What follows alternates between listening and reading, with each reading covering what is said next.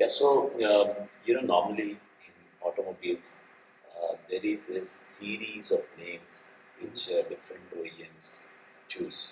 So some, for example, choose engine sizes. Some The German style. sometimes, yes. You may have a series, for example, a 3 series, a 5 series, 7 series, progressively. Yeah. Up. But generally speaking, uh, people or OEMs want to relate the character of the car with the name itself. Yeah. So, for example, Alto. Um, Alto comes from a Spanish origin. It means actually Alto has two meanings. One is high, and the other is superior. So at that time, Alto was, of course, the most fuel efficient car. Gave a very superior experience. So it was called Alto. SX4. It was about Suzuki.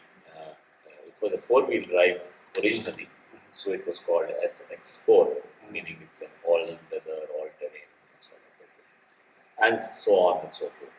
Baleno, for example, means in Spanish something which stands out, brilliant, shining. So that's how Baleno was conceived, the name Baleno. Or you have the Swift. Now, Swift is actually a bird. Yes. The bird which attains the maximum speed at the time when it dives to catch the fish. So the speed goes up to 320 kilometers per hour. But of course, it signifies the speed, and that's how Swift came. Serena, for example, also means something which is stylish, which is spirited, uh, and that's how you connect the names. Gypsy, if you remember, our four-wheel drive Yes. earlier, it was about going anywhere like a gypsy, and that's how the name Gypsy came about. So we try to relate the vehicle with the character with the name, and that is how these names are developed. But of course, nowadays you also relate it not just to the car itself, but to a series of cars from the manufacturer.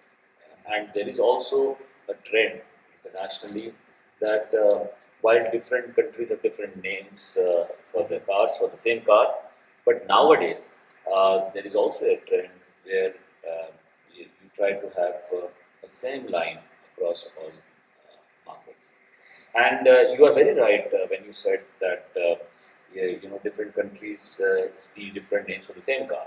And I think there the thing is that how it relates with that culture uh, of that particular country, because different names have different connotations in different cultures. In fact, there are some names which are a no-no in some markets, although they may signify something absolutely desirable in some other markets. You do have sometimes when you describe the character of the car, the name looks so nice that while it may have no meaning in a different country, but you still keep the name because it may signify something. For example, the Ertiga. Uh, Actually, it is from an Indonesian name, which means three row. So Ertiga is actually three. So three row is Ertiga. Now, Ertiga doesn't mean three in India, but we still kept Ertiga because it sounds okay. And there is a description. There is a description why it is called that. Yeah, so you'll be surprised. The name starts very very early.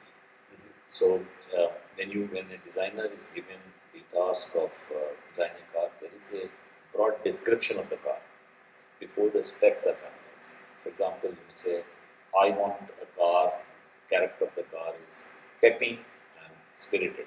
So you have to describe some words which basically gives the character of the car. And that has to be known to the designer, because when he makes the design in his mind, he has to take into account this particular aspect. And therefore, marketers normally, when they study the market, they say, hey, this is the target group we have in mind. I think the volumes are large enough. Let's design a car for and the designer will say, what type of car? And the marketers will say, we want a peppy, spirited, the urban car, a modern car. It starts because the process of checking the legality across the world to check the process of whether the name is sounding right or not is a pretty long one. And by the way, you see at the end of the car, at the back end of the car, you see the name. So, for example, you see Presa or Dara or something. Now, that is also a design part.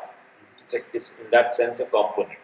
So, you have to design that part also, not just the name itself. You have to see how big that part is, how big the B will be, So what like font. this, so Yes, here yes, into so yes. scenario, you look the fonts, you choose them, all of that. Absolutely, absolutely. And you might wonder, for example, there was a big discussion of whether this L and E, there has to be a bridge, a E and R, a bridge here.